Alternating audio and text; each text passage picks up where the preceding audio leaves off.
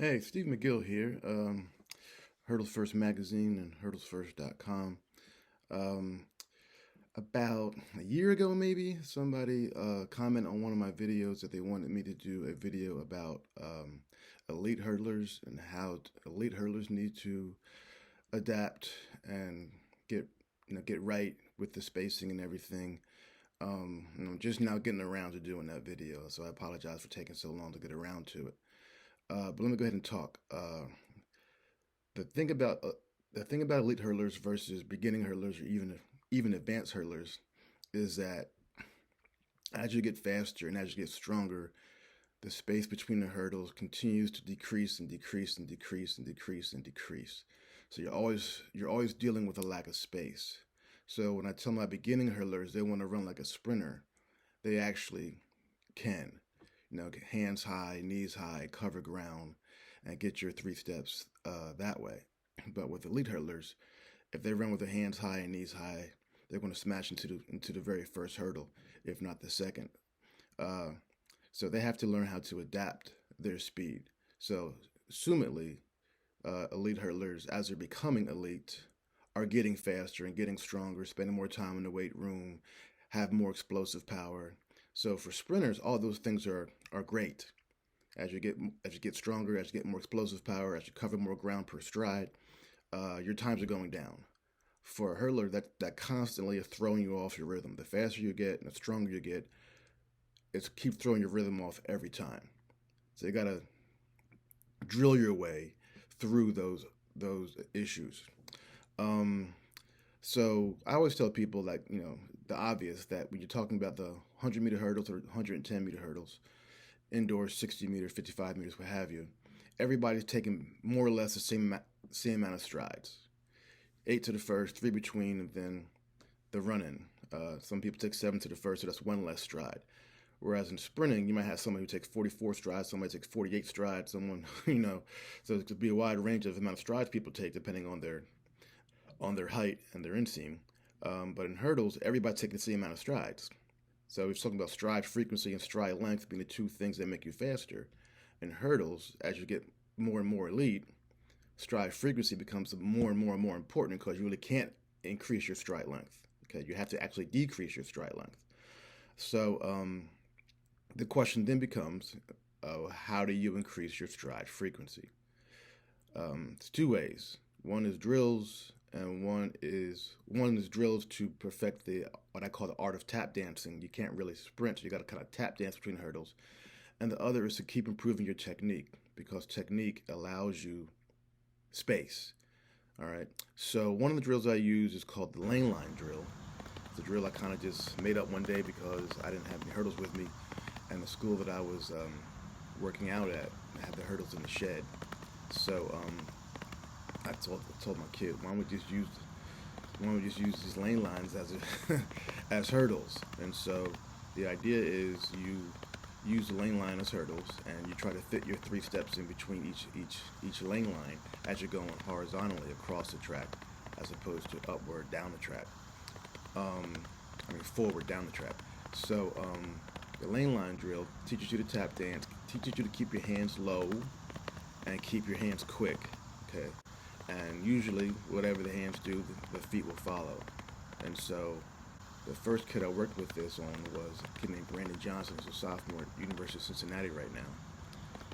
And with Brandon, we first practiced it on a 36-inch, on a track that had 36-inch lanes. It was a high school track on a 6-lane track, and the lanes were narrow. They only 36 inches. And so he learned it on that track, and so he got really good at it. And so we went to our normal track that had 42-inch lanes. He was able to fit it three steps in easily. Meanwhile, another kid that I worked with at the time, Malik Mixon, who always come up from Georgia to work out with us every now and then. Malik had a lot of trouble with the lane line drill. He would stumble, he would kick us. He was trying too hard to cover ground. I was like, no, Malik, if you're going to run in the 13s and get down to the mid 13s, low 13s, you can't be covering ground, bro. You gotta tap dance. And so he eventually got the hang of it, and had to end up having a really great senior year. Mainly because he was able to really negotiate the space between the hurdles. So the lane line drill is the first drill I used to teach the athlete to get the feet down quick, keep the hands moving, keep the hands low, and kind of just keep cycling the legs as you go. Okay. The next drill I use, and I actually saw Aries Merritt doing this on I think an Instagram video years ago. Is we set up really low hurdles, like 24-inch little banana hurdles, and put them about 12, 15 feet apart, and three-step those. Okay, and the idea is the same thing. Keep your hands low, keep your hands quick, keep your feet low, keep your feet quick, and get down. Don't waste time in the air. Okay. The other thing would be the technique itself. Okay, so if we're talking about technique, mistakes in technique will decrease the space you have to negotiate the hurdles. And the problem with that, the issue with that, is that you need more and more space, and bad technique can take away more space. So the biggest thing is the hands, the arms. Okay, so the hands got to be as low as possible and as quick as possible. Okay, because the more time your hands and arms spend in the air, the more time your legs are spending in the air, and the further out you'll land, taking away space to the next hurdle. So the hands have to have a really quick up and down action. Okay, the feet certainly have to have a quick up and down action. Part of the reason, just as my personal evolution as a coach occurred, but part of the reason that I no longer use the idea of kicking out the lead leg and snapping it down is because it takes away space. Now, there are still some athletes who do kick out and snap down and have a lot of success. Hansley Parchment is an example of that. But I find that when you kick out and snap down, unless that snap down is super duper forceful, you're taking away space by doing that. So learning how to cycle that lead leg, keep that knee slightly bent when you're on top of the hurdle, and then cycle it back down under the hip, all while the arms are staying in a very tight box. You're going to be able to create space, okay? Or at the very least, avoid taking away space. Another drill I use would be what I call the quick step drill. That is generally my hurdle endurance drill in the fall, but in the spring and summer, I'll use it as a quickness drill.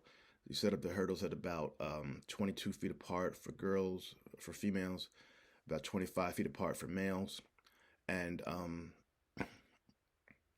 you go ahead and three-step it. Usually I use now a 6-step approach from about 33 feet away to the first hurdle, and then just 3-step and just keep attacking. I always tell my hurdlers, in that drill, force yourself to be quick. Okay, don't slow down because the space is crowded. Speed up because the space is crowded, and force yourself to be quick. Force yourself to react. Okay, and then the final thing I'll do is what I call jammed hurdling, because usually when I have my athletes go from the start line out of the blocks, I'll set the hurdles up. All hurdles after the first hurdle will be 1 foot in from race distance. I never practice that race distance.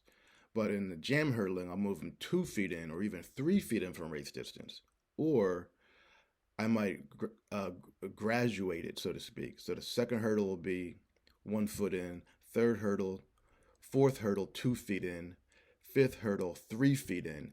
The logic being that as you get to that middle part of the race and you're reaching top speed, that's when you feel the most crowded and have the best reactions to the obstacles. Okay, quickest reactions to the obstacles.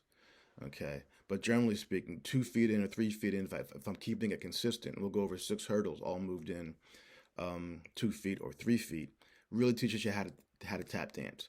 Always going to start with a lower hurdle when doing that the first couple times. If you're talking about 42-inch hurdles, a hurdler, a collegiate or professional hurdler will start at 36, move up to 39, and then move up to 42. Similarly with the females, might start at 27, get up to 30, then get up to 33. You don't want to do full speed out of the blocks, 2 feet in or 3 feet in with an elite athlete at race height the first time they do it. You're going to graduate to race height. And eventually the athlete starts to learn to tap dance, learns how to negotiate the space, learns how to react, and learns how to react without backing off, because a lot of elite hurdlers will very subtly back off. It won't look like they're really backing because they're moving so fast, but they'll back off just enough to make sure it stays safe. Okay. And the whole thing about it is you have to trust your body to react. You can't hope for it to be safe because you'll plateau. Your times won't get any faster. Okay. So those are the drills that I use. Those are the workouts that I use. The jam hurdling workout is the workout I used. It's all about quickness. It's all about stride frequency, not stride length for elite hurdlers. And the technique is the other element of that.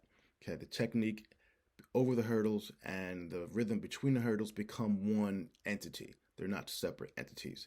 You put it all together, and I always tell my hurdlers, we want to keep creating a problem. So once we get to the point where you're really feeling like everything's clicking, everything's smooth, everything's fluid, okay, we got to jam you even more. Okay, we got to keep creating the problem of feeling too close, because otherwise you'll plateau. So we keep doing that, keep doing that. I was tell my hurdlers, keep creating the problem and keep solving the problem. Keep creating the problem, keep solving the problem. That's how you avoid plateauing when everything else is in place and there's no other way to get faster. All right, so there's my video on what I do with elite hurdlers. But at my level, it's a little different. When I'm coaching high schoolers, most of my elite level hurdlers weren't elite when they first started, but they became elite as they got faster and stronger.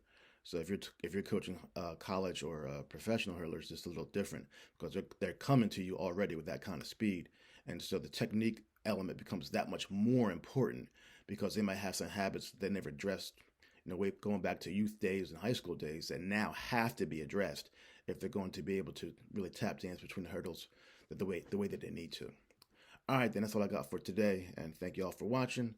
Any questions, just hit me up in the comments. All right, peace.